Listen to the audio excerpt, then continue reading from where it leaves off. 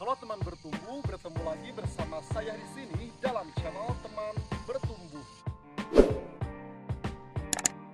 Teman Bertumbuh adalah channel yang membahas seputar dunia pertanian yang dikemas secara milenial. Teman Bertumbuh.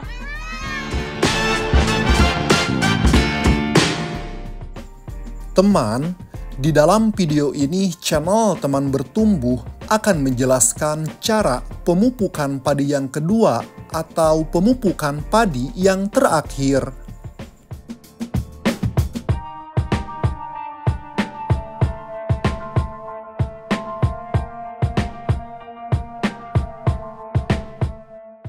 Tapi sebelum masuk ke video pembahasan, alangkah baiknya kita ngopi terlebih dahulu.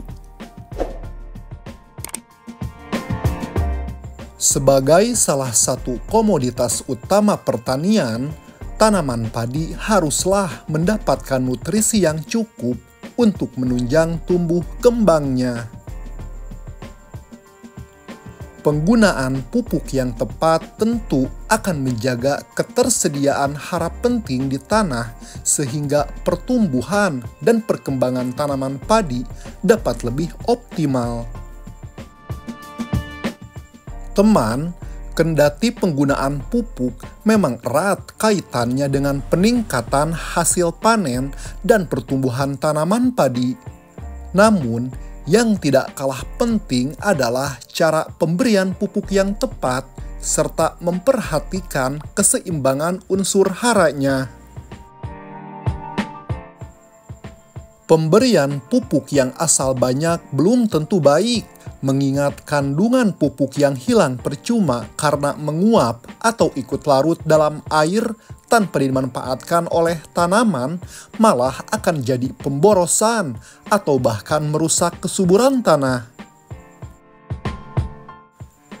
Nah, teman, di dalam video ini channel Teman Bertumbuh akan melakukan pemupukan yang kedua atau yang terakhir pada usia padi 35 hari setelah tanam dengan luas lahan sekitar 4.000 meter atau setengah hektar kurang 100 meter dengan rata-rata 5 ton hasil panen per musimnya. Untuk lahan 4.000 meter dengan hasil panen rata-rata 5 ton, saya menggunakan 3 jenis pupuk, yaitu ada pupuk urea, pupuk Ponska, dan Ponska Plus di pemupukan kedua ini, dengan takaran atau dosis yaitu pupuk urea 35 kg, pupuk Ponska 50 kg, dan pupuk Ponska Plus 25 kg. Jadi, jika ditotalkan pupuk yang kedua atau yang terakhir ini yaitu 110 kilo saja. Jadi kesimpulan dari jumlah yang saya gunakan di pemupukan kedua ini adalah saya menggunakan 110 kg pupuk untuk luas lahan 4.000 meter dengan hasil rata-rata 5 ton per musimnya. Teman pasti bertanya kan, loh kok sedikit banget? Teman, bukan tanpa sebab saya menggunakan takaran 110 kg pupuk di pemupukan kedua atau yang terakhir ini. Karena takaran ini sudah saya uji coba tahun 2023 dan alhamdulillah atas kehendak Allah saya selalu mendapatkan hasil panen yang berlimpah.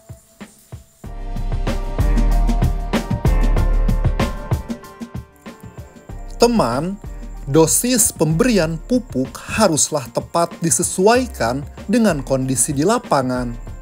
Jika tanaman padi daunnya sudah hijau, maka pada pemberian pupuk kedua atau yang terakhir ini tidak perlu menggunakan pupuk dengan kandungan unsur nitrogen yang tinggi.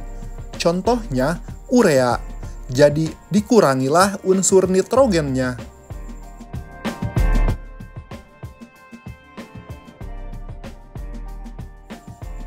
Teman, pupuk Ponska atau pupuk yang mengandung unsur P dan K tinggi memiliki fungsi manfaat yang baik dan beragam bagi tanaman padi.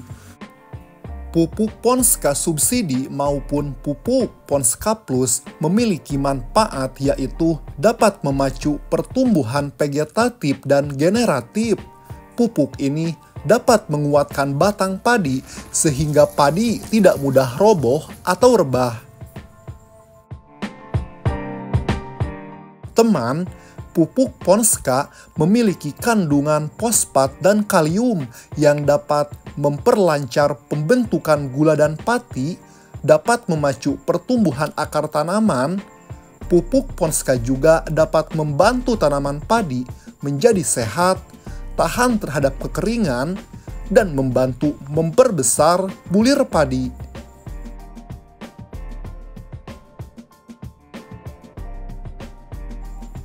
Pemberian pupuk tidak boleh dilakukan pada siang hari. Pupuk harus diaplikasikan atau disebarkan pada pagi hari atau sore hari untuk menghindari tanaman padi bermasalah, karena reaksi kimia terjadi antara matahari dengan pupuk. Biasanya tanaman padi menjadi layu karena terbakar. Waktu pemupukan pada pagi hari antara pukul 8 sampai dengan 10 pada saat embun sudah tidak ada.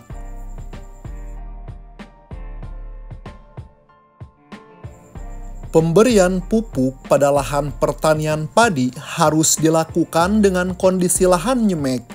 Tidak boleh tergenang air atau terairi air karena dapat menyebabkan pupuk hilang dari lahan pertanian atau sawah karena terbawa air. Teman, pemberiannya harus ditabur secara merata sesuai dengan area pertanian padi.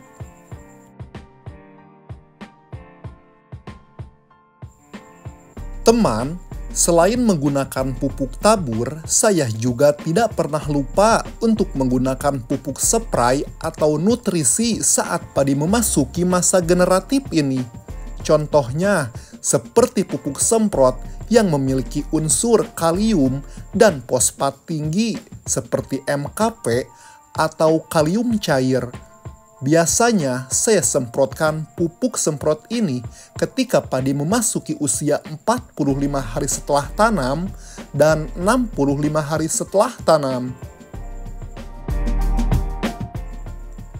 Teman, manfaat pupuk semprot yang mengandung unsur fosfat dan kalium tinggi untuk padi yaitu dapat menambah pertumbuhan dan juga perkembangan secara cepat.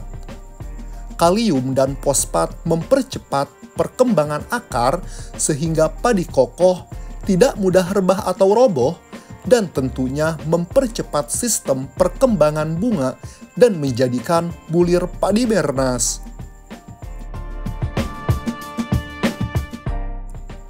Teman, dengan mengikuti cara pemupukan padi yang benar, saya harap petani seperti kita dapat menghasilkan panen berlimpah.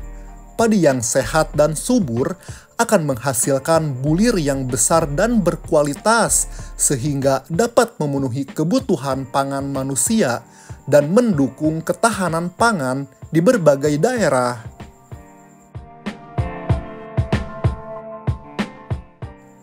Demikian video channel Teman Bertumbuh tentang pemupukan padi yang kedua. Jika ada hal yang ingin ditanyakan, silahkan tulis di kolom komentar.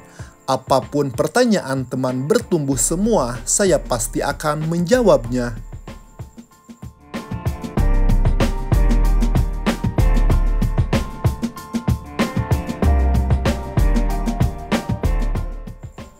Semoga video yang channel Teman Bertumbuh tayangkan menjadi sumber referensi untuk teman bertumbuh semua dalam pemupukan atau penghematan pupuk padi yang kedua. Terima kasih telah menyaksikan. Sampai bertemu di video-video saya selanjutnya.